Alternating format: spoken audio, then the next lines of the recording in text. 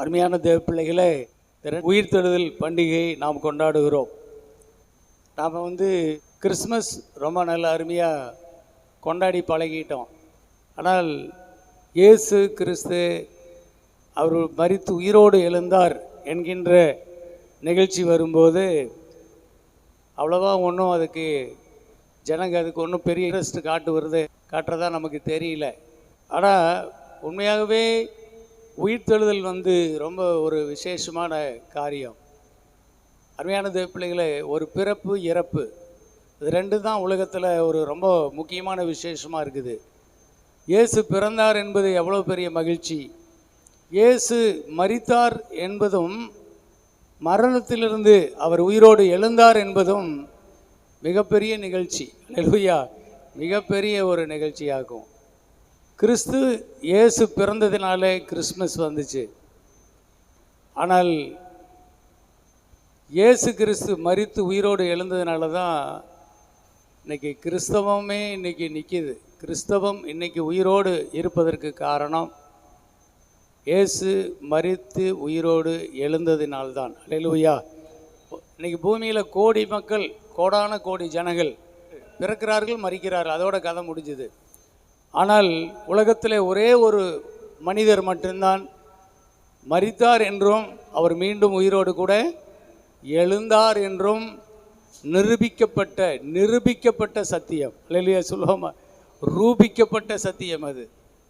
அப்போஸ்தலர் 1ஆம் அதிகாரத்தில் வாசிக்கிறோம், அவர் மரித்து உயிரோடு எழுந்து அவர் 40 நாள் வரையிலும் அவர் உயிருள்ளவர் என்று ரூபிக்கப்பட்ட இயேசு கிறிஸ்து என்று எழுதப்பட்டிருக்கிறது. நிரூபிக்கப்பட்டார் இயேசு கிறிஸ்து. மரணத்தை வென்றார் என்பது ஒரு பெரிய சத்தியம். மரணம் என்று வரும், அது கண்டிப்பாக உண்டு, அதை பற்றி எல்லாருக்குமே தெரியும். ஆனால் மரித்ததுக்கு பிறகு என்ன நடக்கும் அப்படிங்கிறது தெரியாது. ஆனால் நம்முடைய வேதத்தில் மட்டும்தான் நீ மரித்தால் நீயும் உயிரோடு கூட எழுந்திருப்பாய். கர்த்தராகிய இயேசு மரித்தார் என்றும் அவர் 3ஆம் நாள் உயிரோடு எழுந்தார் என்றும் நாம் விசுவாசிக்கிறபடியினாலே நானும் மரிப்பேன், மரணத்திலிருந்து நானும் உயிரோடு கூட எழுந்திருப்பேன். 1 கொரிந்தியர் 15ஆம் அதிகாரத்தில் 12ஆம் வசனத்திலிருந்து படிப்போம். கிறிஸ்து மரித்தோரிலிருந்து எழுந்தார் என்று பிரசங்கிக்கப்பட்டிருக்க மரித்தோரின் உயிர்த்தெழுதல் இல்லை என்று உங்களில் சிலர் எப்படி சொல்லலாம்? மரித்தோரின் உயிர்த்தெழுதல் இல்லாவிட்டால் கிறிஸ்துவும் எழுந்திருக்கவில்லையே. கிறிஸ்து எழுந்திருக்கவில்லை என்றால் எங்கள் பிரசங்கமும் விருதா, உங்கள் விசுவாசமும் விருதா. மரித்தோர் உயிர்த்தெழாவிட்டால் தேவன் எழுப்பாத கிறிஸ்துவை அவர் எழுப்பினார் என்று நாங்கள் தேவனை குறித்து சாட்சி சொன்னதினாலே தேவனுக்காக பொய் சாட்சி சொல்லுகிறவர்களாகவும் காணப்படுவோமே. மரித்தோர் உயிர்த்தெழாவிட்டால் கிறிஸ்துவும் எழுந்திருக்கவில்லை. கிறிஸ்து எழுந்திராவிட்டால் உங்கள் விசுவாசம் வீணாயிருக்கும், நீங்கள் இன்னும் உங்கள் பாவங்களில் இருப்பீர்கள். அவர் உயிரோடு எழுதலைன்னா நீங்கள் விசுவாசிக்கிறது வீணாக இருக்கும். விசுவாசம் வீணு, பிரசங்கம் வீணு, சாட்சியெல்லாம் பொய் சாட்சி. எழும்பாத ஒருத்தரை எழும்பினார் நாங்கள் பொய் சொல்லிட்டு திரியறதாக இருக்கும். அருமையான தேவ பிள்ளைகளே, கிறிஸ்து மரித்தோரிலிருந்து எழுந்தார் என்பது ஒரு பிரதானமான ஒரு செய்தி. அப்போஸ்தலனாகிய பவுலுடைய வாழ்க்கையில் ஒரு பிரதானமான ஒரு வாழ்க்கை மாற்றம் அவருடைய உயிர்த்தெழுதலின் நம்பிக்கை தான் அவருக்கு கொடுத்தது. அப்போஸ்தலனாகிய பவுல் தன்னுடைய ஊழியம் முழுவதிலும் அவருடைய உயிர்த்தெழுதலை ஜீவநாடியாக வைத்து தான் அவருடைய பிரசங்கத்தையே அவர் செய்து வந்தார். 15ஆம் அதிகாரத்தில் 1ஆம் வசனத்திலிருந்து ஒரு 3 வசனங்களை படிங்க. அன்றியும் சகோதரரே, நான் உங்களுக்கு பிரசங்கித்த சுவிசேஷத்தை மறுபடியும் உங்களுக்கு தெரியப்படுத்துகிறேன். நீங்களும் அதை ஏற்றுக்கொண்டு அதிலே நிலைத்திருக்கிறீர்கள். நான் உங்களுக்கு பிரசங்கித்த பிரகாரமாய் நீங்கள் அதை கை கொண்டிருந்தால் அதனாலே நீங்கள் ரட்சிக்கப்படுவீர்கள். மற்றபடி உங்கள் விசுவாசம் விருதாவாயிருக்குமே. நான் அடைந்ததும் உங்களுக்கு பிரதானமாக ஒப்புவித்ததும் என்னவென்றால், கிறிஸ்துவானவர் வேத வாக்கியங்களின்படி நமது பாவங்களுக்காக மரித்து அடக்கம் பண்ணப்பட்டு வேத வாக்கியங்களின்படி 3ஆம் நாளில் உயிர்த்தெழுந்து கேபாவுக்கும் பின்பு 12 தரிசனமானார். அதன் பின்பு அவர் 500 பேருக்கும் அதிகமான சகோதரருக்கும் ஒரே வேளையில் தரிசனமானார். அவர்களில் அநேகர் இந்நாள் வரைக்கும் இருக்கிறார்கள், சிலர் மாத்திரம் நித்திரை அடைந்தார்கள். பின்பு யாக்கோபுக்கும் அதன் பின்பு அப்போஸ்தலர் எல்லாருக்கும் தரிசனமானார்.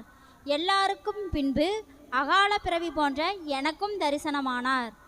நான் அப்போஸ்தலர் எல்லாரிலும் சிறியவனாயிருக்கிறேன். தேவனுடைய சபையை துன்பப்படுத்தினதினாலே நான் அப்போஸ்தலன் என்று பெயர் பெறுவதற்கு பாத்திரன் அல்ல. ஆகிலும் நான் இருக்கிறது தேவ கிருபையினாலே இருக்கிறேன். அவர் எனக்கு அருளிய கிருபை விருதாவாயிருக்கவில்லை. அவர்கள் எல்லாரிலும் நான் அதிகமாய் பிரயாசப்பட்டேன். ஆகிலும் நான் அல்ல, என்னுடனே இருக்கிற தேவ கிருபையே அப்படி செய்தது. ஆகையால் நானாகிலும் அவர்களாகிலும் இப்படியே பிரசங்கித்து வருகிறோம். நீங்களும் இப்படியே விசுவாசித்திருக்கிறீர்கள். அதில் நான் உங்களுக்கு சொல்லுகிற காரியம் என்னென்னு சொன்னால், கிறிஸ்து வேத வாக்கியங்களின்படி நம்முடைய பாவங்களுக்காக மரித்து அடக்கம் பண்ணப்பட்டு வேத வாக்கியங்களின்படி அவர் 3ஆம் நாளில் உயிரோடு கூட எழுந்தார். இதுதான் நான் உங்களுக்கு பிரதானமாய் சொல்லுகிற சத்தியம். அல்லேலூயா சொல்லுங்க இப்போ.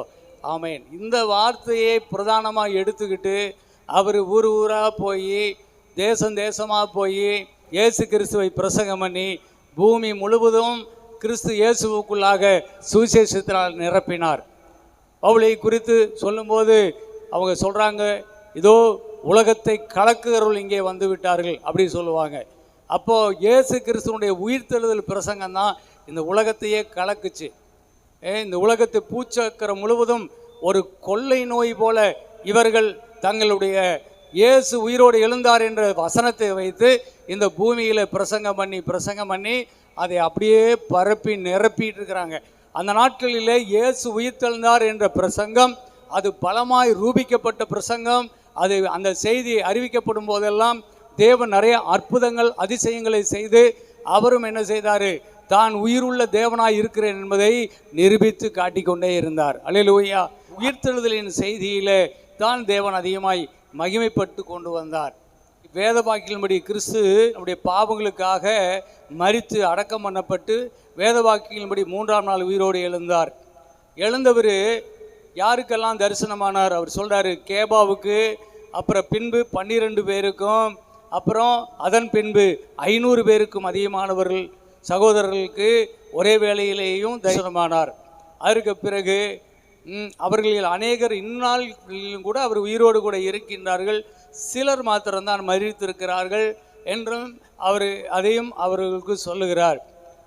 அதே போல சோத்திர எல்லாருக்கு பின்பு அகால பிறவி போல இருந்த எனக்கும் அவர் தரிசனமானார்.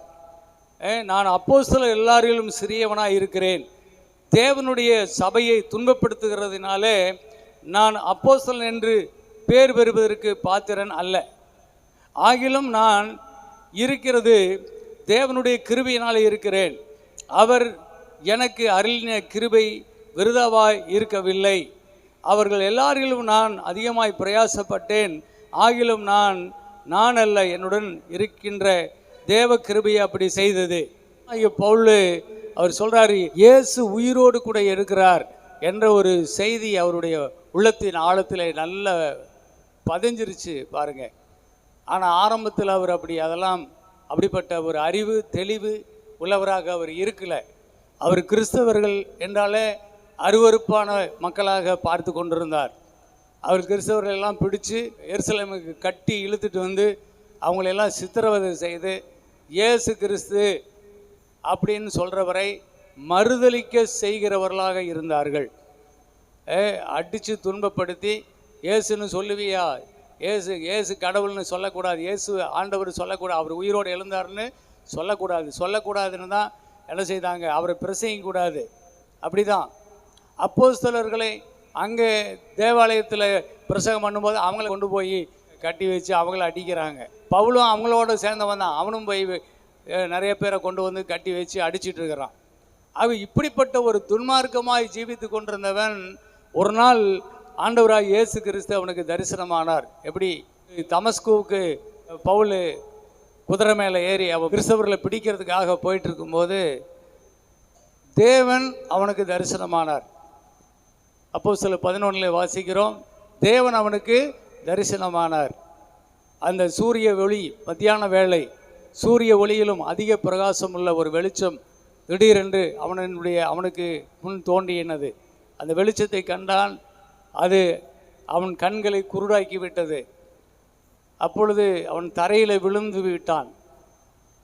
அப்போ வானத்திலிருந்து ஒரு சத்தம் கேட்குது, சவுலே சவுலே ஏன் என்னை துன்பப்படுத்துகிறாய் என்று கேட்டார். பவுலுக்கு முன்னாடி அவனுக்கு பேர் சவுல் தான். சவுலே சவுலே ஏன் என்னை துன்பப்படுத்துகிறாய் என்று அந்த சத்தம் வந்தது. சவுல் கேட்டான், ஆண்டவரே நீங்கள் யாரு அப்படின்னு சொல்லி கேட்டான். அப்பொழுது அந்த சத்தம் செய்தவர் சொன்னார், நீ துன்பப்படுத்தி கொண்டிருக்கிற இயேசு நானே என்று சொன்னார். அல்லேலூயா சொல்லுங்க பார்ப்போம். நீ துன்பப்படுத்தி கொண்டிருக்கிற இயேசு நானே என்று சொன்னார். நீ முள்ளில் உதைக்கிறாய், முள்ளில் உதைக்கிறது உனக்கு கடினமாம், உனக்கு தெரியலையா தெரியாதா அப்படின்னு சொல்கிறார்.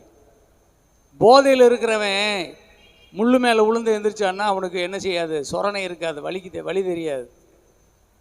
ஆனால் போதையெல்லாம் போயிடுச்சுன்னா தான் தெரியும். முள் குத்தி பிடுங்கின இடமெல்லாம் இவ்வளோ வருஷம் பணியாரமாட்டம் வீங்கிக்கும். ஆகவே ஒரு மதி இழந்தவனாய் இருக்கிறான், ஒரு முட்டாளாய் இருக்கிறான். கமாலியன் பாதத்திலிருந்து கல்வி கற்றவன், வேதம் கற்றவன், அவன் பரிசேயன் அவன் மிகப்பெரிய வேத வல்லுனன். ஆனால் என்ன செய்யலை, இயேசுவை பற்றின அறிவு இல்லை. இந்த வேதமே பூரா இயேசுவை பற்றி தான் சொல்லி கொண்டிருக்கிறது. ஆனால் இயேசு என்று ஒருவர் வருவார், தெரியும், எல்லாம் தெரியும். ஆனால் இவர் இயேசு இல்லை. அதான் இப்போ வந்திருக்கிறவர் இயேசு இல்லை. இதுதான் இவங்களுடைய ஆர்குமெண்ட்டு. ஆனால் அவர்தான் இயேசு. அல்லேலூயா சொல்லுவோமா, அவர்தான் கிறிஸ்து. வேத வாக்கியங்களின்படி அவர்தான் கிறிஸ்து. அப்போ அவர் இல்லை என்று சொல்லி அவன் துன்மார்க்கமாய் ஜீவித்து கொண்டிருந்த ஒரு நேரம். ஆனால் இயேசு அவனை சந்தித்த பிறகு, அதற்கு பிறகு அவன் கண்கள் திறக்கப்பட்டது. அப்புறம் அனனியாவை கொண்டு கண் செதில்கள் திறக்கப்பட்டுச்சு. அதே மாதிரி மனக்கண்களும் திறக்கப்பட்டது. அதுக்கப்புறம் போய் வேத வாக்கியங்களை எடுத்து அவன் தியானிக்க ஆரம்பித்தான். வேத வாக்கியங்கள் ஒவ்வொன்றிலும் இயேசுவை பற்றி சொல்லப்படுகிறது. வேத வாக்கியங்களின்படி இயேசு வர வேண்டும், அவர் மரித்து உயிரோடு எழுந்திருக்க வேண்டும் என்பது உண்மை, சத்தியம். அவர் வந்தாயிற்று, அவர் வந்து உயிரோடு எழுந்து விட்டார். அவரை நான் பார்த்து விட்டேன், அவர் சத்தத்தை நான் கேட்டு விட்டேன். பழைய ஏற்பாட்டு விசுவாசிகளுக்கெல்லாம் தேவனை ஒருவனும் ஒரு காலம் காண முடியாது. ஏனென்றால் அவர் ஒருவரும் சேரக்கூடாத ஒளியிலே வாசமாக இருக்கிறவர். அதுதான் அப்போஸ்தலனாகிய பவுலுடைய மனசில் ஆழமாய் பதிந்த ஒரு சத்தியம். உனக்கு இப்படி காட்டினாதான் உனக்கு தெரியுமா, சரி அப்படியே நான் காட்டுறேன்னு ஒரு சேரக்கூடாத ஒளியிலேயே அப்படியே பஸ்ஸுன்னு அந்த வெளிச்சத்திலேயே அப்படியே வந்து நின்னார். வெளிச்சத்தை தான் அவனால் பார்க்க முடிஞ்சுது, கண்ணே குருடா போச்சு. ஆனால் அந்த வெளிச்சத்திலிருந்து வந்த சத்தம் யாருடையது? ஆண்டவரே நீர் யார்? நீ துன்பப்படுத்தி கொண்டிருக்கிற இயேசு நானே. அப்போ இயேசு எப்படி வெளிப்பட்டா, எப்படிப்பட்டவர் என்று நீ கண்டால் நீ அவரை நம்புவாயோ, அப்படியே உனக்கு வெளிப்படுகிறேன் என்று அவர் பரிசுத்தர் வெளிப்பட்டார். அப்போஸ்தலனாகிய பவுல் தான் தீமோத்தேயுக்கு எழுதும்போது அவர் சொல்றாரு, அவர் ஒருவரும் சேரக்கூடாத ஒளியில வாசமாக இருக்கிறவர், மனுஷரில் ஒருவரும் கண்டிராதவர், காணக்கூடாதவர் என்றெல்லாம் அவர் தேவனை அங்கே சொல்லி புகழ்கிறார். அப்பேற்பட்ட தேவன் என்பது எனக்கு தெரியும். ஆனால் சாதாரணமாக ஒரு மனிதனாக அவர் பூமியில் வந்து அந்த கடவுள் நடமாடின பொழுது என்னாலும் எங்களாலும் ஏற்றுக்கொள்ள முடியல. அதனால தான் நாங்கள் என்ன செய்துட்டோம், கண் இருந்தும் குருடர்களாய் நாங்கள் வாழ்ந்துட்டோம். ஆனால் இயேசுவை காண வேண்டும் என்றால் வேத வாக்கியங்கள் தான் நமக்கு விளக்கி காட்டும். அல்லேலூயா சொல்லுங்க பார்ப்போம். ஆமேன். வேத வாக்கியங்களின்படி, அதுக்கு பிறகு போய் வேத வாக்கியங்களின்படி அவரை பார்த்தார். இப்பொழுது சொல்கிறாரு, அவர்தான் மெய்யான கடவுள், அவர்தான் உயிரோடு எழுந்த தெய்வம். அவர் மனிதனுக்காக வந்து மனிதனுடைய இரட்சகர். அவர் ரட்சிப்பை கொடுத்து முடித்து விட்டார். மனித குலம் முழுவதுக்குமான ஒரு மரணத்தில் இருந்தான ஒரு விடுதலை எல்லா மனிதர்களுக்கும் கிடைத்து விட்டது. அவரால் தான் கிடைத்தது. அல்லேலூயா, அவரால் தான் கிடைத்தது. ஒருத்தர் இப்படி சொல்கிறாரு, ஈஸ்டர் அப்படின்னு சொன்னால் ஒரு அபூர்வமான ஒரு மலர் பூத்த ஒரு நாள் என்று சொல்கிறார். ஒரு புஷ்பம் பூத்தது, அதிசய மலர் பூத்தது, அப்படின்னு சொல்கிறார். அதுதான் ஈஸ்டர். அப்படி இங்கே என்ன மலர் பூத்தது? புனித வெள்ளி அன்று எனக்கு ஒரு சகோதரி ஒரு வாட்ஸ்அப்பில் ஒரு அனுப்பியிருந்தாங்க. பாரிஜாத மலர், அது வருஷத்துக்கு ஒரு முறை பூக்கும். அது கரெக்டாக புனித வெள்ளி அன்னைக்கு தான் பூக்குது அந்த பாரிஜாத மலர். அதை நல்லா எடுத்து கவனித்து பார்த்தா அதுக்குள்ளே ஒரு ஏஞ்சல் தெரியும், ஒரு தேவ தூதன் தெரியும். அது ஒரு அபூர்வமான ஒரு மலர். அதே மாதிரி ஈஸ்டர் அன்னைக்கு ஒரு மலர் பூத்தது அப்படின்னு சொல்கிறாங்க. அது என்ன மலர் அப்படின்னு சொன்னால் ஸ்தோத்திரம். எல்லாரும் மரித்து முடங்கி அடங்கி மண்ணுக்குள்ளே அடங்கி கொண்டிருக்கிற நேரத்தில் ஒரே ஒருவர் மட்டும் மரித்தவர் 3ஆம் நாள் உயிர்த்து பூத்து வெளியே வந்து விட்டார். அல்லேலூயா சொல்லுவோம். ஒரே ஒரு மலர் மட்டும் பூத்து வெளியே வந்துடுச்சு. அதுதான் அதிசயம். அது மிகப்பெரிய அதிசயம். அருமையான தேவ பிள்ளைகளே, ஸ்தோத்திரம். அது நம்முடைய அறிவுக்கு வர வேண்டும், நம்முடைய கண்களை தெளிவாக்க வேண்டும், அது நம்முடைய உள்ளத்தில் ஆழத்தில் பதிய வேண்டும். அது ஒரு பெரிய தேவ ரகசியம். அதற்கு தான் நம்மளுடைய வாழ்க்கையை உயிர்ப்பித்து நடத்துகிற ஒரு உன்னத மார்க்கம். அல்லேலூயா. உயிர்த்தெழுதலுக்குள்ளே தான் வச்சிருக்கிறார். அவர் உயிர்த்தெழுதலுக்குள்ளே தான் வச்சிருக்கிறார். அதனால தான் அப்போஸ்தலனாகிய பவுல் அவருடைய உயிர்த்தெழுதல் அப்படிங்கிறத பிரதானமான சத்தியமாக எடுத்து மனதில் வைத்து அவர் பிரசங்கித்து கொண்டிருந்தார். கிறிஸ்து மரித்தோரிலிருந்து அவர் உயிரோடு எழுந்திருக்கவில்லை என்றால் கிறிஸ்தவமே கிடையாது, கிறிஸ்தவமே இல்லை. கிறிஸ்துன்னு ஒருத்தர் பிறந்தார், இறந்தார். ராமசாமி, குப்புசாமி, ஸ்டீபன், ஜோசப், யாக்கோபு, ரூபன் அப்படின்னு ஒருத்தர் பிறந்தார், இறந்தார். அந்த கதையில் அதுவும் போயிருக்கும். ஆனால் இயேசு மரித்தார் என்பது எவ்வளவு உண்மையோ அதே போல அவர் உயிரோடு கூட எழுந்தார் என்பது 100க்கு 100 உண்மை. அதுதான் இந்த உலகத்தின் சரித்திரத்தை புரட்டி போட்ட ஒரு மாபெரும் விஷயம்.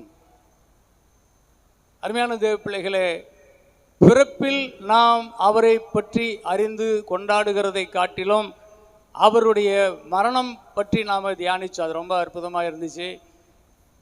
ஒரு 7 பேர் பிரசங்கம் பண்ணாங்க. நான் எதிர்பார்க்கவே இல்லை. நம்முடைய சபையில் பிள்ளைங்க ரொம்ப அழகாக இருக்கிறாங்க, நல்ல அறிவு வேத ஞானமுள்ள பிள்ளைங்க. எத்தனை அழகாக பிரசங்கம் பண்ணினாங்க இல்லைங்களா? ஈஸ்டர் அன்னைக்கு அவங்களுடைய ஒவ்வொரு செய்தியிலும் நான் ரொம்ப ஆசீர்வதிக்கப்பட்டேன். ஒவ்வொரு செய்திக்காகவும் நான் ஜெபம் பண்ணேன். சபைக்கே பிளஸ்ஸிங்காக இருந்தது. நிறைய பேர் கூட எனக்கு ஃபோன் பண்ணி சொன்னாங்க, இன்றைக்கி ரொம்ப நல்லா இருந்தது பாஸ்டர்னாங்க. அருமையான தேவ பிள்ளைகளே, பாடு மரணங்களை நாம் தியானித்தோம். ஆனால் அதே போலவே இயேசு கிறிஸ்துனுடைய உயிர்த்தெழுதலை நாம் தியானிக்க வேண்டும். இல்லையிலே சொல்லுங்க பார்ப்போம். உயிர்த்தெழுதல் ஒரு உன்னத அனுபவத்தை நமக்கு கொண்டு வரும். அதில் சொல்லியிருக்கிறது, அவர் மரித்தோரிலிருந்து உயிரோடு எழுந்தார் என்பதுதான் ஒரு மாபெரும் செய்தி என்று சொன்னேன். நீங்கள் பாருங்கள், இயேசு கிறிஸ்துவுக்கு ஒரு பேர் இருக்குது. அவர் அல்பா ஒமேகா, அல்பாவும் ஒமேகாவுமாய் இருக்கிறார். அப்படின்னா என்ன அர்த்தம்? அவர் ஆதியும் அந்தமுமாய் இருக்கிறார். அப்படின்னா என்ன அர்த்தம்? முடிவில்லாதவர், முடிவே கிடையாது அவருக்கு. அப்போ ஒரு வேளை அவர் மரித்த நிலையில் அப்படியே இருந்திருந்தாருன்னா அங்கே முடிஞ்சிருக்கும். ஆனால் அவர் உயிரோடு கூட எழுந்ததுனால இப்பொழுது அவர் ஆல்பா ஒமேகாவாக இருக்கிறார். இருக்கிறேன் என்றவர் இப்பொழுது அவர் மரித்தார். இப்பொழுது மறுபடியும் 3ஆம் நாள் உயிரோடு எழுந்தபடியால் இப்பொழுதும் அவர் இருக்கிறார். அல்லேலூயா சொல்லுவோமா? அவர் எப்பொழுதும் இருப்பார். இருந்தவர், இருக்கின்றவர், இனிமேலும் வருகின்றவர். மரித்த இயேசு இனி மரிப்பதே கிடையாது. சாவாமை உடையவராய் அவர் உயிரோடு கூட எழுந்து விட்டார். அன்பான தேவ பிள்ளைகளே, இந்த வசனத்தில் சொல்லப்பட்டிருக்கிறது, அவர் உயிரோடு கூட எழும்பாவிட்டால் நீயும் நானும் இன்னைக்கு கிறிஸ்தவன் என்ற விசுவாசி என்ற நிலையே நமக்கு இல்லாமல் போயிருக்கும். நமக்கு ஒரு விசுவாசம், அவர் மரித்து உயிரோடு எழுந்தார், நானும் இந்த உலகத்திலே மரித்து உயிரோடு எழுவேன், நானும் மரணத்தை ஜெயிப்பேன். அல்லேலூயா சொல்லுவோமா? இது எல்லாருக்கும் அப்படின்னு ஆண்டவர் நமக்குள்ளேயும் கொடுத்துட்டார். மரித்தோரில் முதற் பலன் அவர் 18 படிமா கீழே, கிறிஸ்துவுக்குள் நித்திரை அடைந்தவர்களும் கெட்டிருப்பார்களே. இம்மைக்காக மாத்திரம் நாம் கிறிஸ்துவின் மேல் நம்பிக்கையுள்ளவர்களாயிருந்தால் எல்லா மனுஷரை பார்க்கிலும் பரிதபிக்கப்படத்தக்கவர்களாயிருப்போம். கிறிஸ்துவோ மரித்தோரிலிருந்து எழுந்து நித்திரை அடைந்தவர்களில் முதற்பலனானார். மனுஷனால் மரணம் உண்டானபடியினால் மனுஷனால் மரித்தோரின் உயிர்த்தெழுதலும் உண்டாயிற்று. ஆதாமுக்குள் எல்லாரும் மரிக்கிறது போல கிறிஸ்துவுக்குள் எல்லாரும் உயிர்ப்பிக்கப்படுவார்கள். அவனவன் தன் தன் வரிசையிலே உயிர்ப்பிக்கப்படுவான். முதற்பலனானவர் கிறிஸ்து, பின்பு அவர் வருகையில் அவருடையவர்கள் உயிர்ப்பிக்கப்படுவார்கள்.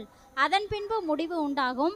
அப்பொழுது அவர் சகல துரைத்தனத்தையும் சகல அதிகாரத்தையும் வல்லமையையும் பரிகரித்து தேவனும் பிதாவுமாயிருக்கிறவருக்கு ராஜ்யத்தை ஒப்பு கொடுப்பார். மனுஷனால், ஒரு ஆதி மனுஷன், முதலாம் ஆதாம், அவனால் என்ன பூமியில் பாவம் வந்துச்சு, மரணம் வந்துச்சு. ஒரு மனுஷன் மூலமாய் பூமி முழுவதும் இருக்கிற மனிதர்கள் மரிக்கிறார்கள் மரிக்கிறார்கள் மரிக்கிறார்கள். அதுக்கு மேலே ஒன்றும் பண்ண முடியல. ஆனால் இன்னொரு மனுஷன், வானத்திலிருந்து வந்த கர்த்தர், அவர் நம்முடைய பாவங்களின் நிமித்தம், பாவங்களை ஏற்றுக்கொண்டு பாவங்களுக்காக அவர் மரித்தது நிமித்தம், மரித்து உயிரோடு எழுந்தது நிமித்தம், அந்த கர்த்தராகிய இயேசு கிறிஸ்து மூலமாய் எல்லாரும் உயிர்ப்பிக்கப்படுகிறார்கள். அல்லேலூயா சொல்லுவோமா? ஆமீன். மரித்தோரிலிருந்து உயிர்ப்பிக்கிறதுக்கு முதற் பலன் இயேசு கிறிஸ்து. அடுத்தது அவனவன் தன் தன் வரிசையில் உயிர்ப்பிக்கப்படுவான்.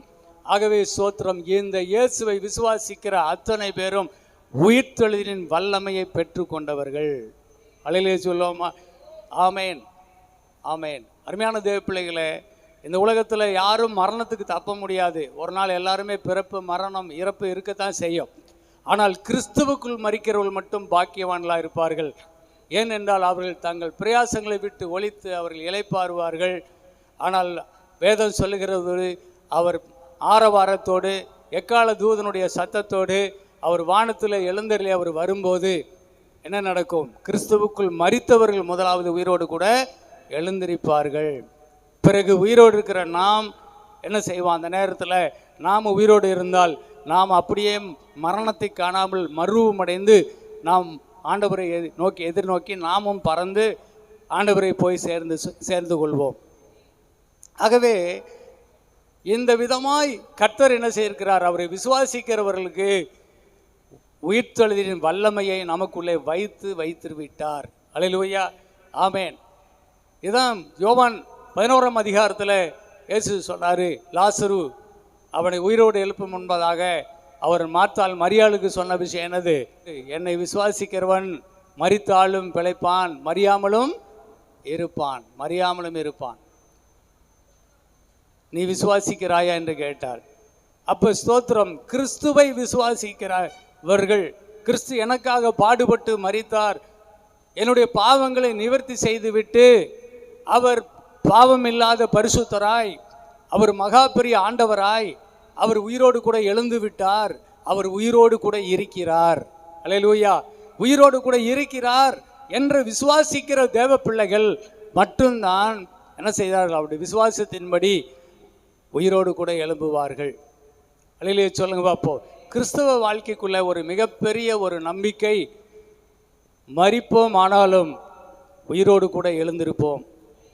இது எல்லாருக்கும் தேவன் உள்ள வச்சுட்டார், எல்லாருக்கும் உள்ள இருக்குது. அதனால் சோத்திரம், அவர் மாத்திரம் உயிரோடு எந்திரிக்கலைன்னா இந்த ஒரு சக்தி, இந்த ஒரு வல்லமை நமக்குள்ளே இருக்கவே இருக்காது. அல்லேலூயா சொல்லுங்க பார்ப்போம். ஆமென். அது நமக்குள்ளே வந்திருக்கிறது என்பதை இந்த காலை வேளையில் உங்களுக்கு பரிபூர்ணமான விசுவாசத்தோடு உங்களுக்கு சொல்லுகிறேன். அருமையான தேவ பிள்ளைகளே, அங்கே சொல்கிறாரு, அவர் கிறிஸ்து எழுந்திருக்காவிட்டால் உங்கள் விசுவாசம் வீணாயிருக்கும். ரெண்டாவது என்ன விசுவாசம்? நீங்களும் மரித்தோரிலிருந்து உயிரோடு எழும்புவீர்கள் என்கின்ற விசுவாசம். அந்த விசுவாசம் வீணாய் போயிருக்கும். ஆனால் இப்போ வீணாகாது. கண்டிப்பாக அவர் மரித்து உயிரோடு எழுந்தது போல நீங்களும் நானும் மரித்தாலும் உயிரோடு கூட எழுந்தே தான் தீருவோம். ஒரு சத்தமாக ஒரு அழியில சொல்லுங்க பார்ப்போம். ஆமென். அடுத்து சொல்றாரு, நீங்கள் இன்னும் உங்கள் பாவங்களிலேயே இருப்பீர்கள். அவர் உயிரோடு எழும்பலைன்னா என்ன இருக்குது? பாவமும் உங்களை விட்டு போயிருக்கவே முடியாது. பாவம் மரணம் என்கின்ற சக்தி எல்லா மக்களையும் ஆண்டு கொண்டு இருந்துச்சு. அதிலிருந்து யாரும் தப்பிக்க முடியல.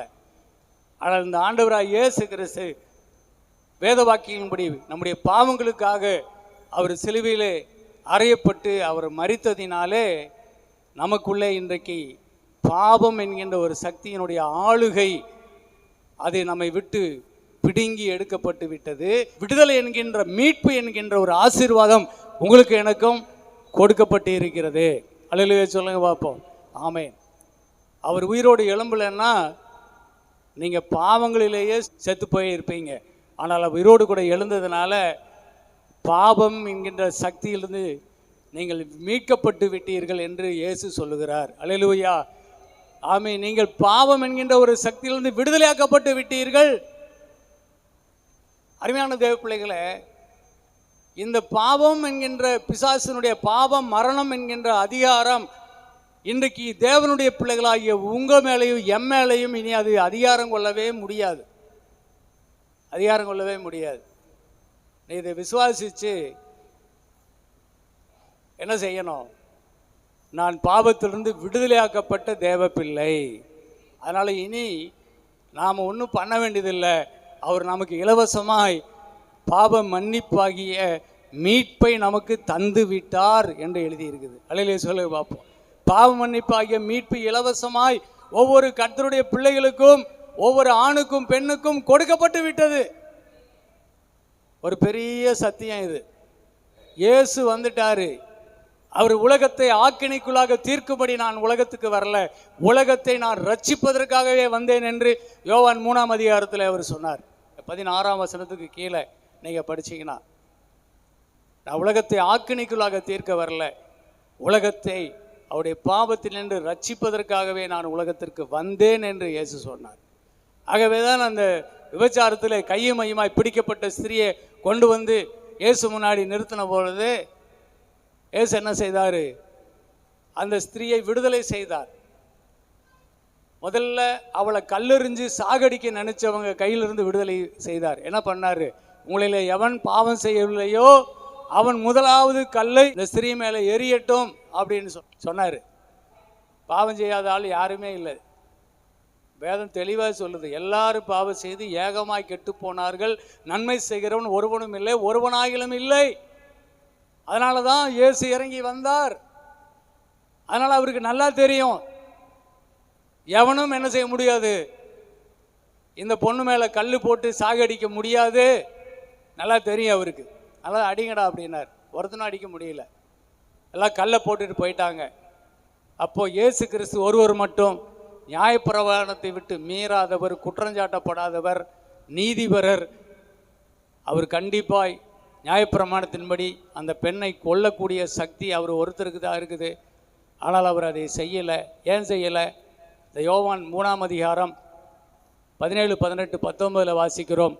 உலகத்தை நான் ஆக்கினைக்குள்ளாக தீர்க்கும்படிக்கு நான் வரல, உலகத்தை ரட்சிக்க வந்தேன்.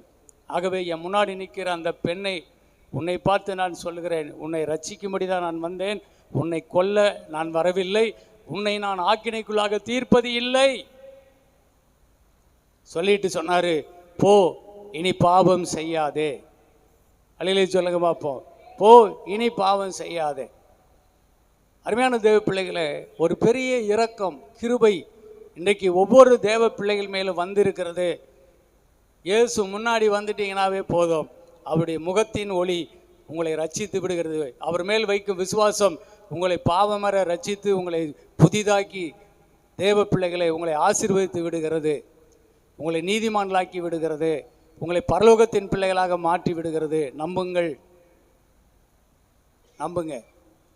ஒரு சின்ன கதை சொல்கிறேன். ஒரு ராஜா இருந்தார், ஒரு பெரிய கஜானா இருக்குது, அதில் விலையேறு பெற்ற முத்துக்கள், தங்கம், வைரம், எல்லாம் வைடூரியங்களெல்லாம் இருக்குது.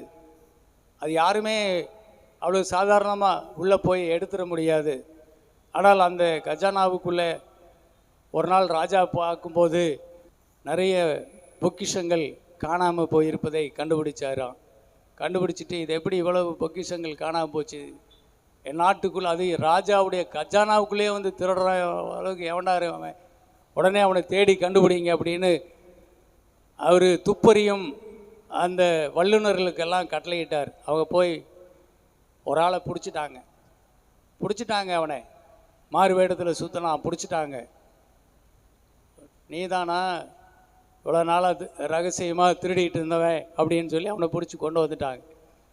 கொண்டு வந்து அவனுடைய முகத்திரையை முகமூடியை கழட்டி பார்த்தா அவர் ராஜகுமாரனாக இருக்கிறான், ராஜாவுடைய மகனாக இருக்கிறான். ராஜாவுக்கு ஒரே தூக்கி வாரி போட்டுச்சு. ராஜா முன்னாடி கொண்டு வந்து நிறுத்திட்டாங்க. ராஜா என்ன சொல்லியிருந்தாருன்னா, அவன் யாராக இருந்தாலும் சரி, அவன் கொடூரமாக அவனை அடிச்சே கொல்லணும் அப்படின்னு ராஜா கட்டளையிட்டு இருந்தார். எவ்வளோ பெரிய ஒரு பாதக செயல்! ஒரு அரசன் ராஜாவுடைய கஜானாவிலே ஒருத்தவன் கை வைப்பானே, ஆனால் அவனை அந்த மாதிரி கொடூரமாய் அடித்து கொன்னே தான் தீர வேணும், அது என் கண்ணு முன்னாடியே நடக்கணும் அப்படின்ட்டார் ராஜா. பார்த்தா அவன் பையனே நிற்கிறான். என்ன செய்கிறது? ராஜா நீதி தவறாதவர், பேச்சு மாற முடியாது. கட்டி வச்சாச்சு. ராஜா சொன்ன மாதிரியே அந்த கொடூரமான ஆயுதத்தை கையில் எடுத்துக்கிட்டு தண்டிக்கிறவன் உள்ளே நுழைந்து விட்டான். கிட்ட வந்துட்டான். அவன் மேலே அடிக்கிறதுக்காக அவன் உத்தரவாகட்டும் என்று அடிக்கிறதுக்கு தொடங்கும்போது இந்த ராஜா ஒரே நிமிஷம் நில்லுப்பா அப்படின்னு நிறுத்துறார். நிறுத்திட்டு கிட்ட வந்து, நான் தான் சட்டம் போட்டேன், ஆனால் நான் சட்டத்தை மாற்ற முடியாது. கண்டிப்பாக இந்த மரண தண்டனை இந்த வேளையில் நிறைவேற்றியாதான் தீரணும், ஆனால் நிறைவேற்றுங்க அப்படின்னு சொல்லி அந்த ராஜகுமாரனை போய் அப்படியே கட்டி தழுவி அவனை அப்படியே மூடி கொண்டார் ராஜா. தன்னுடைய வஸ்திரங்களை கழட்டி போட்டு அவனை கட்டி தழுவி மூடி கொண்டார். இப்போ அடிங்க அப்படின்னார். அடி விழுகுது. எல்லா அடியும் ராஜா மேலேயே விழுது. எல்லா அடியும் ராஜா மேலேயே விழுகுது. ராஜகுமாரன் மேலே ஒரு அடி விழுகலை. கடைசியா அவர் ரத்தத்தை சிந்தி சாகும் தருவாயில் மகன் கேட்குறான், அப்பா இவ்வளவு ரத்தம் போகுதே, எனக்காக இப்படி அடி வாங்குறீங்களே, ஏன்பா அப்படின்னு சொல்கிறார், கேட்குறான். அப்போ ராஜா சொல்கிறாரு, மகனே மகனே, இந்த ராஜ்யத்துக்கு ராஜா இல்லை, நீ தான் அடுத்த ராஜா. ஆனால் உன்னையும் நான் இழந்துட்டு எப்படி? உன்மேல் விழுந்தது குற்றம், மரண தண்டனை. அந்த தண்டனை என்மேல் ஆகட்டும். நான் சாகிறேன், ஆனால் எனக்கு ஒரு சத்தியம் பண்ணி கொடு. எனக்கு பிறகு உனக்காக உயிரை கொடுக்கறதுக்கு ஆள் இல்லை. அதை நினச்சிக்கிட்டு இனிமேல் எந்த தப்பு செய்யாமல் நீதி தவறாத மனிதனாக வாழுவியா? நீதி தவறாத ராஜாவாக நான் உட்கார்ந்துருக்கிற ராஜா சிங்காசனத்தில் உட்கார்ந்து இந்த ராஜ்யபாரத்தை நீ செய்வையா அப்படின்னு ராஜா கேட்டார். அவன் அழுதுகிட்டே சொன்னான், கண்டிப்பாக நான் செய்கிறேன்ப்பா அப்படின்னு சொல்லி சத்தியமணி கொடுன்னா சத்தியமணி கொடுத்தான். அப்புறம் அப்படியே அவனை அந்த அடி தாங்க முடியாமல் அந்த பிளட்டெல்லாம் போய் அப்படியே மயக்கம் போட்டு கீழே விழுந்தவன் ராஜா செத்து போயிட்டான். தண்டனை முடிந்தது.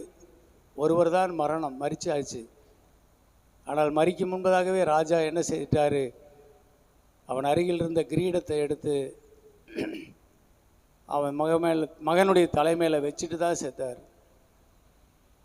அவன் போய் ராஜாவாக உட்காரட்டும் அப்படின்னு அவன் செத்து போயிட்டார். அருமையான தேவ பிள்ளைகளே, நீங்களும் நானும் எல்லாம் சாதாரணமான ஆட்கள் இல்லை. நாமெல்லாம் தேவனுடைய சாயல், தேவனுடைய ரூபம், தேவனுடைய மகிமை. ஆனால் பாவத்தினால இன்னைக்கு நாம் எல்லாம் ஏழைகள், திக்கற்றவர்கள், விதவைகள், அனாதைகள், குருடர்கள், ஊனர்கள், அறிவில்லாதவர்கள், புத்தி இல்லாதவர்கள், இப்படிப்பட்ட நிலையிலே நாம் எல்லாம் தள்ளப்பட்டிருக்கிறோம். இந்த நிலை மாறுவதற்காகத்தான் அந்த ராஜாதி ராஜா பூமியில் இறங்கி வந்து நம்ம எல்லாம் மீட்கும் பொருளாக தன்னையே கொடுத்தார். அவரையே கொடுத்தார். அவருடைய மரணத்தினால்தான் அவர் மரிச்சிட்டாரு.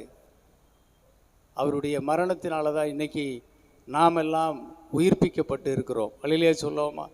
ஆமை. அருமையான தேவ பிள்ளைகளே, நம்முடைய நிலைமையே வேறங்க. நம்முடைய நிலைமையே வேற. ஒரு வசனம் சொல்கிறேன், முதல்ல இப்படி பாருறேன். யோவான் எழுதின சுவிசேஷம் 20ஆம் அதிகாரத்தை எடுத்துக்கொள்ளுங்க. அங்கே பாருங்க, மகதலேனா மரியாள் இயேசுவை பார்ப்பதற்கு ஓடி வருகிறாள். ஆனால் இயேசு கல்லறையில் இல்லை. அதை கண்டு அவள் ரொம்ப துக்கமுகமாய் கல்லறை விட்டு வீட்டுக்கு போகவும் முடியல. வெள்ளை போல தூப வர்க்கமெல்லாம் கொண்டு வந்திருக்கிறா. ஆனால் கல்லறையில் இயேசுவை காணோம். அங்கே இருக்கிற தேவதூதன் சொல்கிறான், ஏமா நீ தேடி அந்த தேவகுமாரன் இயேசு உயிரோடு எழுந்து விட்டார், அவர் இங்கே இல்லை, அவர் வைத்த இடத்தை பாரு அப்படின்னு சொல்கிறார். அப்போ கூட இந்த அம்மாவுக்கு உயிரோடு எழுந்ததை பற்றி சிந்தையே வரல. இயேசு உயிரோடு இருக்கும்போது எத்தனையோ முறை அவர் சொல்லியிருக்கிறார், மனுஷகுமாரன் எருசலேமுக்கு போகிறார், பாவியல் கையில் ஒப்பு கொடுக்கப்படுவார், பல பாடுகள் படுத்தப்பட்டு அவர் கொலை செய்யப்படுவார், ஆகிலும் அவர் 3ஆம் நாள் உயிரோடு கூட எழுந்திருப்பார், எழுந்து உங்களுக்கு முன்பாக கலிலேயாவுக்கு போவார் என்பதாக கூட சொல்லியிருக்கிறார். ஆனால் என்ன செய்யலை, நம்பவே மாட்டேங்கிறாங்க யாருமே. அந்த பொண்ணை அங்கேயே சுற்றுது கல்லறையில். அப்போ அங்கே ஒரு தோட்டக்காரரு அவரை பார்த்துட்டு, ஏமா அழுகிற? தோட்டக்காரர் கேட்குறாரு, ஒன்றும் இல்லையா, இயேசுவை தேடி வந்தேன், கல்லறையில் இல்லை, யாரோ எடுத்துகிட்டு போயிட்டாங்க. அந்த தேவதூதனை கேட்டால் அவர் உயிரோடு எந்திரிச்சிட்டாருன்னு சொல்கிறான், வசனம் சொல்கிறான். ஆனால் அவர் எங்கே போனாருன்னு தெரியல. தோட்டக்காரர் நீங்கள் சொல்லுங்கள், உங்களுக்கு தெரிஞ்சால் சொல்லுங்கள், நான் போய் எடுத்துக்கிறேன் அப்படின்னு சொல்கிறார். அந்த அளவுக்கு ஒருத்தனுக்கும் அறிவில்லை, சீசர்களுக்கும் அறிவில்லை. பைபிளை படித்தா அதிசயமாக இருக்குது. வேத வாக்கியங்களின்படி அவர் உயிரோடு கூட எழும்ப வேண்டும் என்பதை நீங்கள் அறியவில்லையா? மோசே நியாயப்பிரமாண தீர்க்கதரிசன புஸ்தகங்கள் இதை உங்களுக்கு சொல்லவில்லையா? ஏமா ஒரு சீசர்கள் இடத்துல 8 மணி நேரம் அதை பற்றி பிரசங்கம் பண்ணிட்டு போகிறார். அப்போ கூட அவங்களுக்கு விளங்கலை. வீட்டில் போய் உட்காந்து சாப்பிடும்போது அப்பத்தை எடுத்து அவர் ஆசீர்வதித்து பிட்டு கொடுக்கும்போது தான் தெரியுது, அவங்க கண்கள் திறக்கப்பட்டு இவர் இயேசு அல்லவா, ஓ அப்போ இயேசு உயிரோடு எழுந்துட்டாரா, வழியில் அவர் தான் பேசிட்டு வந்ததா, அவர் பேசிட்டு வருமானம் நம்முடைய உள்ளமெல்லாம் கொழுந்து விட்டு எரிந்ததே, ஓ மெய்யாகவே இயேசு உயிரோடு எழுந்து விட்டார். அப்போ தான் தெரியுது அவங்களுக்கு. இந்த மரியாளுக்கும் மகதலேனா மரியாளுக்கும் ஒன்றும் தெரியல, அழுகிறா. அப்போ தான் இயேசு என்ன செய்தார், மரியாளே அப்படின்னு சொன்னார். ஐயோ இது எப்படி இந்த குரல் என் போதகருடைய குரல் அல்லவா அப்படின்னு ரபுனி அப்படின்னு அவள் திரும்பி பார்க்குறா. அப்படியே இயேசு கிறிஸ்து தற்சொரூபமாய் அவளுக்கு தரிசனமாகிறார். இப்போ தோட்டக்காரரா இல்லை, இயேசுவாகவே நிற்கிறார். ஆண்டவரே நீர் உயிரோடு எழுந்து விட்டீரா ஆண்டவரே என்று சொல்லி அவரை தொட ஆசையாய் போகிறார். இயேசு சொல்ல, வேண்டாம் என்னை தொடாத, நான் என் பிதாவின் இடத்திற்கும் உன் பிதாவின் இடத்திற்கும் நான் என்ன ஏறி போகலை, அதனால் நீ போய் என் சகோதர இடத்திற்கும் உன் சகோதர இடத்திற்கும் என்ன செய்ய, போய் என் பிதாவின் இடத்திற்கும் உங்கள் பிதாவின் இடத்துக்கு நான் போகிறேன், என் தேவனிடத்திற்கும் உங்கள் தேவனிடத்துக்கு நான் போகிறேன் என்று நீ போய் சொல்லுனார். அதை வசந்தம் மட்டும் படியுமா? இயேசு அவளை நோக்கி, என்னை தொடாதே, நான் இன்னும் என் பிதாவின் இடத்திற்கும் ஏறி போகவில்லை, நீ என் சகோதரரிடத்திற்கு போய் நான் என் பிதாவின் இடத்திற்கும் உங்கள் பிதாவின் இடத்திற்கும் என் தேவனிடத்திற்கும் உங்கள் தேவனிடத்திற்கும் ஏறி போகிறேன் என்று அவர்களுக்கு சொல்லு என்றார். பாருங்க எவ்வளோ பெரிய ஒரு பாக்கியம் பாருங்க. ஆண்டவர் இயேசு கிறிஸ்து வந்துட்டு இப்போ அவர் மரித்தோரிலிருந்து உயிரோடு எழுந்து ஒரு அதிசயமான ஒரு காரியத்தை நிகழ்த்திட்டு பிரதான ஆசாரியனுடைய வேலை பாவ நிவாரண பலியாகி தன்னையே பலியாக்கி பிரதான ஆசாரியன் நம்முடைய பாவத்தை நிவர்த்தி செய்துவிட்டு அந்த இரத்த பலியோடு எங்கே போகணும், பிதாவின் இடத்துல போய் அதையை காட்டணும். அதான பூமியில் கூடாரத்தில் இரத்த பலி செலுத்தி எங்கே வரணும், மகா பரிசுத்த ஸ்தலத்துக்கு உடன்படிக்கை பெட்டி மேலே அதை தெளிக்கணும். அப்போ தான் இஸ்ரவேலர் 12 கோத்திரத்தினுடைய பாவம் மன்னிக்கப்படும். ஆகவே நான் ரத்தத்தை சிந்திட்டேன், உலகத்தின் பாவத்தை சுமந்து தீர்த்துட்டேன். ஆனால் இப்போ பிதாவின் இடத்துல போய் அவர் சன்னிதானத்தில் இந்த ரத்தத்தை ஊட்டிட்டு வந்துடுறேன், இந்த ரத்தத்தை தெளிச்சிட்டு வந்துடுறேன், இந்த ரத்தத்தை பிதா கிட்ட காட்டிட்டு வந்துடுறேன் அப்படின்னு அந்த மகள்கிட்ட சொல்லிட்டு அவர் போறார். போறதுக்கு முன்னாடி அவர் சொன்ன வார்த்தை தான் பாருங்க, அதிசயமா இருக்குது. நீ என் சகோதரிடத்திற்கு போய் நான் என் பிதாவின் இடத்திற்கு உங்கள் பிதாவின் இடத்திற்கும் என் தேவனிடத்திற்கும் உங்கள் தேவனிடத்திற்கு நான் ஏறி போகிறேன் என்று அவர்களுக்கு சொல்லு. இந்த வார்த்தையை படிச்சுட்டு நான் உண்மையாகவே அழுதுட்டேன். அவர் பூமியில் சகோதரர்கள் யாரை சொல்றாரு? இந்த விசுவாசமே இல்லாத அந்த அற்ப விசுவாசிகள், அந்த பேதுரு, யோவானை, யாக்கோபு, இந்த தோமா, அந்திரேயா, இவங்களை தான் அவன் சொல்றாரு, என் சகோதரரிடத்துல போய் சொல்லு. என்னன்னு சொல்லி? என் பிதாவின் இடத்திற்கும் உங்கள் பிதாவின் இடத்துக்கு நான் போறேன்னு சொல்லு, என் தேவனிடத்திற்கும் உங்கள் தேவனிடத்திற்கும் போகிறேன்னு சொல்லு. அப்போ பரலோகத்துக்கும் பூமிக்கும் என்ன செய்யுது? இப்பொழுது ஒரு புதிய உறவு உண்டாகிறது. எதில்? இயேசு உயிரோடு கூட எழுந்ததினால். அல்லேலூயா சொல்லுங்க பார்ப்போம். எழுந்ததினால் இப்பொழுது பூமியில் இருக்கிற ஒவ்வொரு மனுஷனுக்கும் இன்னைக்கு கூட எனக்கு அண்ணன் தம்பி இல்லை, எல்லாம் செத்து போயிட்டாங்க, காணாம். ஆனால் இன்னைக்கு இந்த வசனத்தை படிச்சுட்டு உன் சகோதரர், என் சகோதரத்திற்கு உன் சகோதரத்துக்கும் போய் சொல், என் சகோதரன் அப்படின்னு சொல்றாரு. அப்போ எனக்கு இயேசு என் சகோதரரா, எனக்கு அண்ணனா, எனக்கு ஒரு உடன்பிறப்பு, என் உடன்பிறப்பு பால், அவங்ககிட்ட போய் சொல்லு, நான் உயிரோட எழுந்துட்டேன்னு சொல்லு அப்படின்னு சொல்றாரு. அப்போ பூமியில் இருக்கிற ஒவ்வொரு மனுஷனுக்கும், உனக்கு பூமியில் அண்ணன் தம்பி, உனக்கு அக்கா தங்கச்சி ஆதரவு இல்லாமல் இருக்கலாம், ஆனால் அந்த ஆண்டவர் இயேசு உயிரோடு எழுந்தவர் சொல்றாரு, உனக்கு நான் அண்ணனா இருக்கிறேன், உனக்கு நான் சகோதரன் அப்படின்னு சொல்றாரு. என் தேவன் இன்னைக்கு உன் தேவன், என் சகோதரனே நான் உனக்கு சகோதரன், நீ எனக்கு சகோதரன். அல்லேலூயா. ஒரு புதிய உறவு நமக்கு கொடுத்தார். இன்னைக்கு ரோமர் 8 நாம் படிக்கும்போது நாம் வாசிக்கிறோம், நாம் பாவிகளாய் இருந்தோம், நாம் தேவன் அற்றவர்களாய் இருந்தோம், நாம் தேவனுக்கு சத்துருக்களாய் இருந்தோம், சத்துருக்களான பிசாசாய் இருந்தோம். தேவனுக்கு முன்பாக நாம் எல்லாம் தேவன் அற்றவர்களாக பிசாசு மாதிரி இருந்தோம், சாத்தானாய் இருந்தோம். அப்படிப்பட்ட நம்மை நம்முடைய பாவங்களுக்காக மரித்து விட்டு அவர் உயிரோடு எழுந்ததுனால இன்னைக்கு என்ன பண்ணியிருக்கிறாரு? குமாரனாகி இயேசுவுக்கு சொந்தமாக்கி, அப்புறம் குமாரன் மூலமாக பிதாவுக்கே நம்மளை எல்லாம் சொந்தக்காரராக ஆக்கி விட்டுறாரு இயேசு. அல்லேலூயா. உனக்கு எந்த குடும்பத்தில் பூமியில் உனக்கு உறவு, ஒட்டு உறவு இல்லாமல் போயிருக்கலாம், ஆனால் பரலோகத்தின் தேவனிடத்தில் உனக்கு உறவு உண்டாயிருக்கிறது. இது ஒன்று போதுங்க, எனக்கு ஒரு பெரிய சந்தோஷங்க இந்த உயிர்த்தெழுதல் நாளில். காலையில் இதை படிக்கும் போது எனக்கு கண்ணீரே வந்துச்சு. இந்த இயேசு எனக்கு சகோதரர், இந்த இயேசு மூலம் பிதா எனக்கு பிதா, இந்த இயேசு மூலமாய் பிதா எனக்கு தேவன், இயேசுவுக்கு தேவன், அவர் இப்பொழுது எனக்கும் தேவன். ஆகவே ஒரு பெரிய உறவு எனக்கு கொடுக்கப்பட்டு இருக்கிறது. அல்லேலூயா. எப்படி தரப்பட்டது?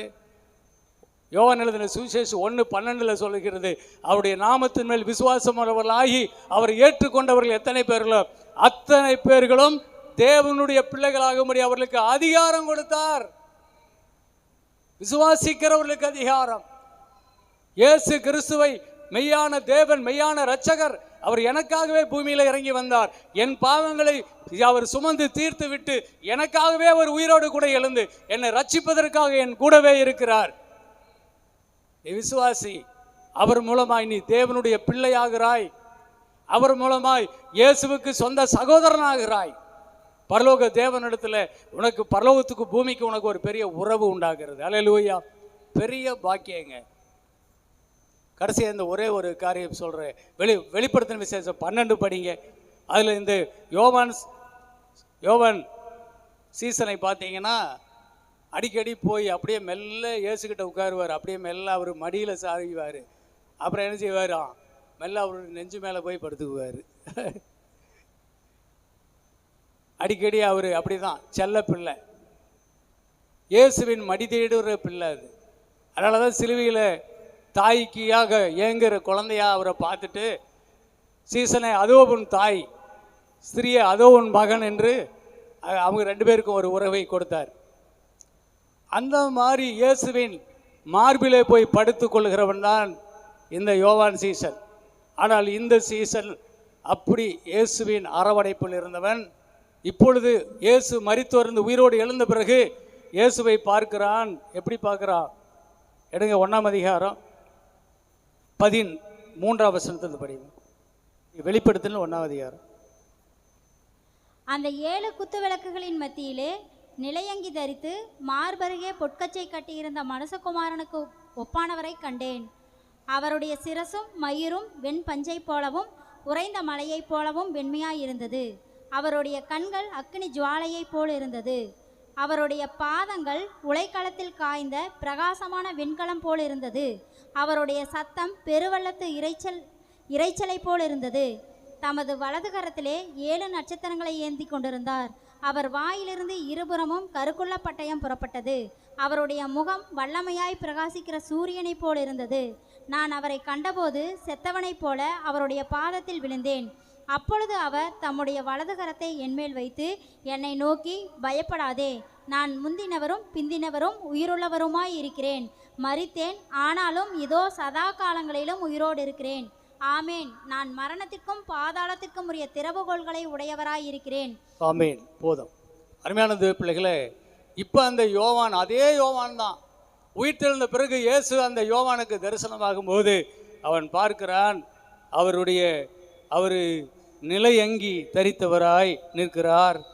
மார்பருகே பொற்கச்சையை கட்டி கொண்டு மனுஷகுமாரனுக்கு ஒப்பான ஒருவராக அவர் காணப்படுகிறார். மார்பருகே பொற்கச்சையை கட்டி இருக்கிறார். அவருடைய சிரசும் மயிரும் வெண் பஞ்சு போல உறைந்த மலையைப் போலவும் வெண்மையாய் இருந்தது. அவருடைய கண்கள் அக்கினி ஜுவாலை போல இருந்தது. அவருடைய பாதங்கள் உலைக்களத்தில் காய்ந்த பிரகாசமான வெண்கலம் போல் இருந்தது. பிரகாசமான வெண்கலம் போல் இருந்தது. அவருடைய சத்தம் பெருவெள்ள இரைச்சலை போல இருந்தது. பெருவெள்ள இரைச்சலை போல. அவரது வலது கரத்தில் 7 நட்சத்திரங்களை ஏந்தி கொண்டிருந்தார். அவர் வாயிலிருந்து இருபுறமும் கருக்குள்ள பட்டயம் புறப்பட்டது.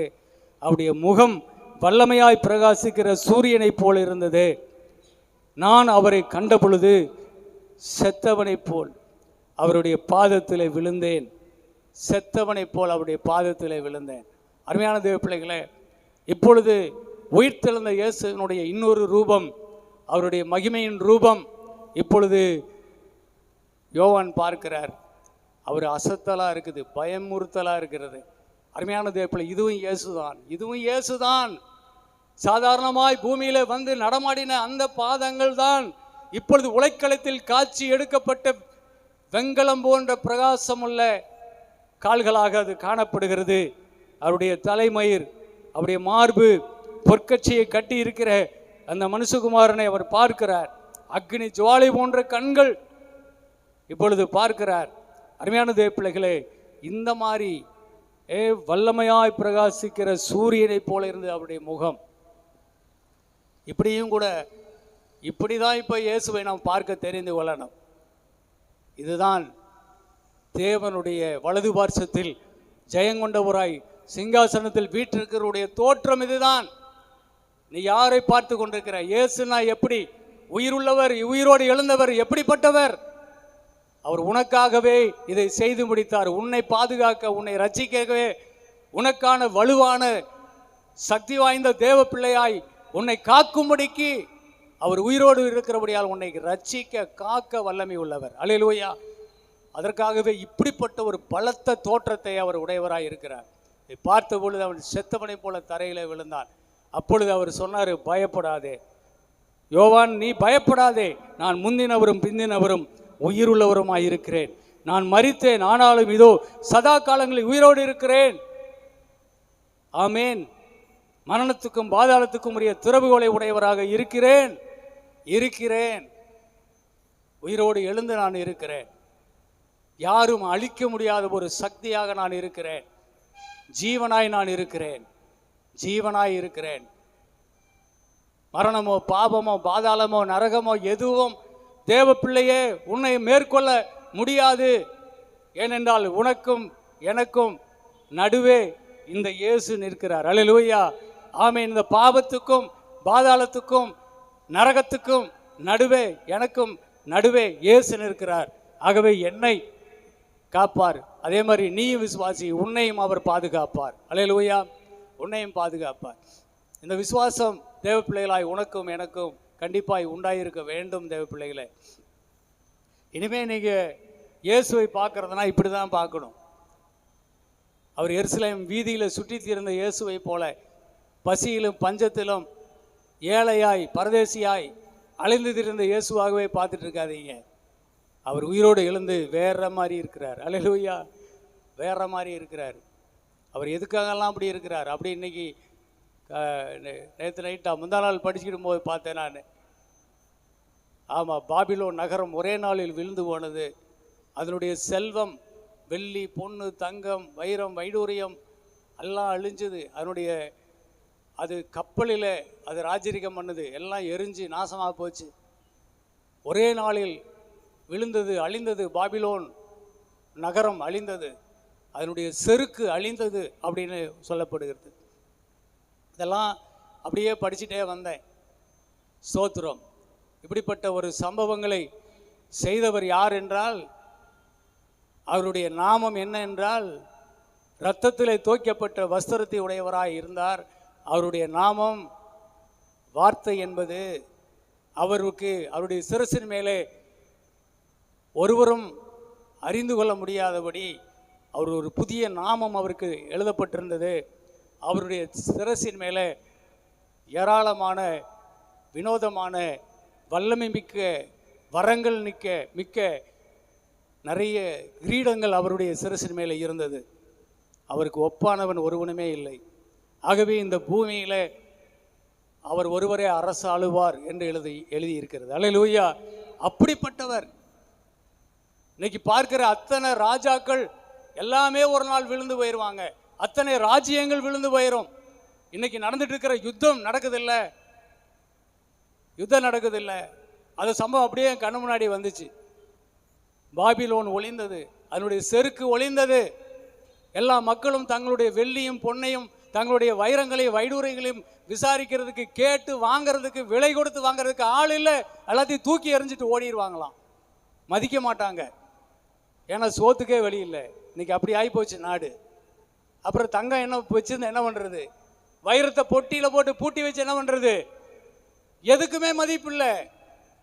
ஒரே நாளில் அதனுடைய செருக்கெல்லாம் முடிந்தது, தூக்கி எறிஞ்சிட்டு மக்கள் வெளியே வருகிறார்கள். பசிக்கு பட்டினிக்கு அப்பத்துக்கு வெளியே வந்து நிற்கிறார்கள். தேவன் அப்படி செய்து விடுவார். அல்லேலூயா சொல்லுவோமா?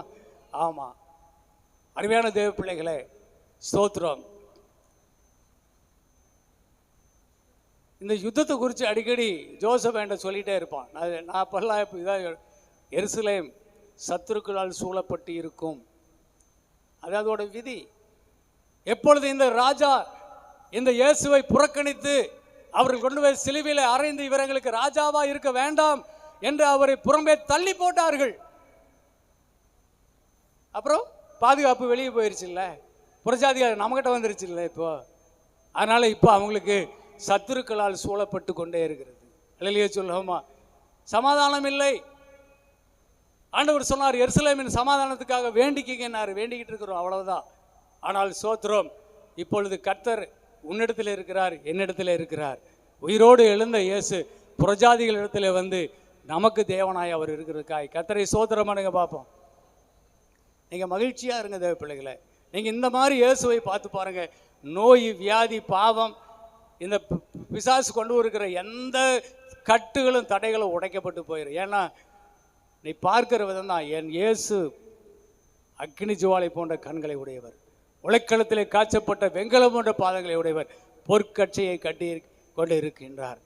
வாயில இருபுறமும் கருக்குள்ள பட்டயத்தை உடையவராக இருக்கிறார். பார்க்கும் போது பயங்கரமா இருக்குது. செத்தவனை போல கீழே விழத்தக்கதாக பயங்கரமான தோற்றத்தை உடையவர். அவருக்கு உண்டாக எவனும் நிற்க முடியாது. பிசாசெல்லாம் நிற்க முடியாது, வியாதி நிற்க முடியாது. பாவம்னா இனிமே உனக்கு தான் பெருசு பாவம், ஆனால் அவருக்கு பெருசு இல்லை. எந்த பாவமும் அவருக்கு முன்னாடி ஒரு அற்பம்தான். ஆனால் பாவம் செய்தால் பாவம் செய்கிற பிள்ளைகளுக்கு தான் என்ன வரும்? கஷ்டங்கள் வரும். பாவம் உன்னை தண்டிக்கும், உன்னை அவமானப்படுத்தும், உன்னை கேவலப்படுத்தி முச்சந்தில நிறுத்தும், அசிங்கப்படுத்தும். அதான் அது அவரை ஒன்றும் பண்ணாது இப்போ. ஆனால் தேவனுடைய பிள்ளைகளை நல்லா புரிஞ்சுக்கங்க. அதனால தான் இயேசு அந்த ஸ்திரியை பார்த்து சொன்னார், உன்னை மன்னிக்கிறேன் போ, உன் பாவத்துக்காக உன் ரட்சிப்பு உனக்கு கொடுத்துட்டேன் போ, ஆனால் இனி பாவம் செய்யாதே. இனி நீ பாவம் செய்தால் அந்த பாவத்தினுடைய சுமையை யார் சுமப்பா? நீ தான் சுமப்பா. இப்போ உன் வேசிங்கிற பட்டம் மேலே இருக்கு, அதை நான் எடுத்துட்டேன். உன் மேலே பரிசுத்தம் அப்படின்னு நிசையில் குத்திட்டேன். நீ மீண்டும் போய் வேசியாய் தெரிஞ்சா என்ன நடக்கும்? வேசின்னு பேர் நீ தான் சுமப்ப. எல்லாரும் சொல், உலகமே உன்னை பார்த்து வேசின்னு உன்னை காரி துப்பும் போது என்ன செய்வ நீ சொல்லு? அப்போ கூட உனக்கு ரட்சிப்பு நான் தான். அல்லையிலே சொல்லுவோமா? எப்படி ரட்சிப்பு சொல்லுங்க? அந்த வசனம் சொல்லுது, தன் பாவங்களை மறைக்கிறவன் வாழ்வடைய மாட்டான், அவைகளை அறிக்கை செய்து விட்டு விடுகிறவனோ இரக்கம் பெறுவான்.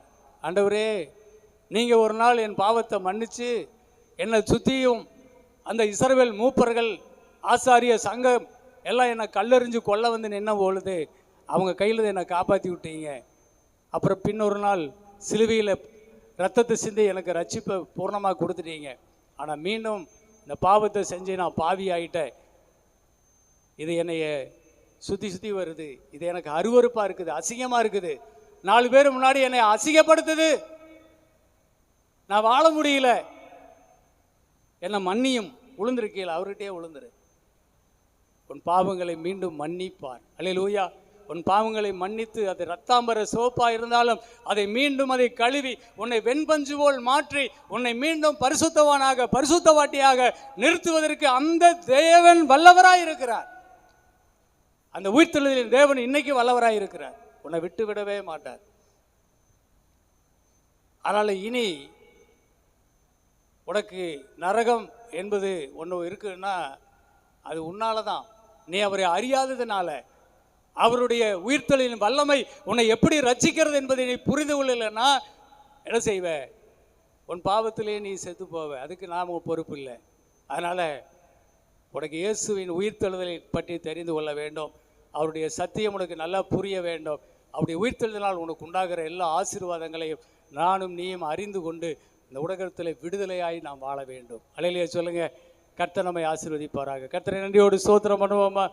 சோத்திரம் சோத்திரம் சோத்திரம் சோத்திரம் சோத்திரப்பா. ஆமே. பிரசங்கம் முடிஞ்சது, ஜெபம் பண்ணலாம். அப்படியே கண்களை மூடி ஒரு சின்ன தியானம் செஞ்சு பாருங்கள். இயேசுவின் உயிர்த்தெழுதலை அற்பமாக நினைக்காதீங்க.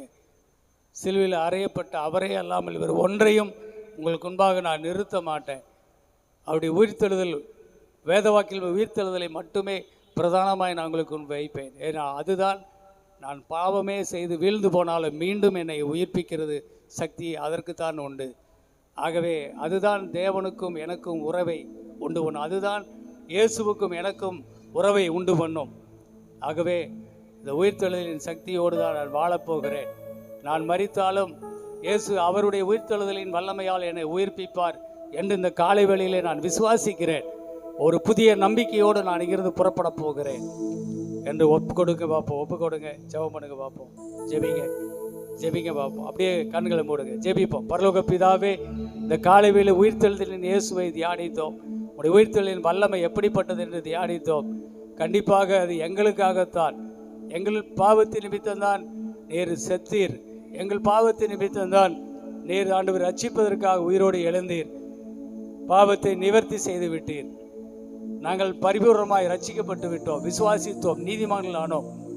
நாங்கள் ஒருவேளை மீண்டும் பாவிகளாயிருந்தால், நாங்கள் மனம் திரும்பி மனங்கசந்து பேதுருவை போல எங்கள் பாவங்களை அறிக்கையிட்டால், நாங்கள் மீண்டும் ரட்சிக்கப்பட்டு தேவனுடைய ஊழியத்தை உயிர்த்தெழுதலுக்கு சாட்சியாக ஊழியம் செய்வதற்கு எங்களுக்கும் அந்த பாக்கியம் உண்டு.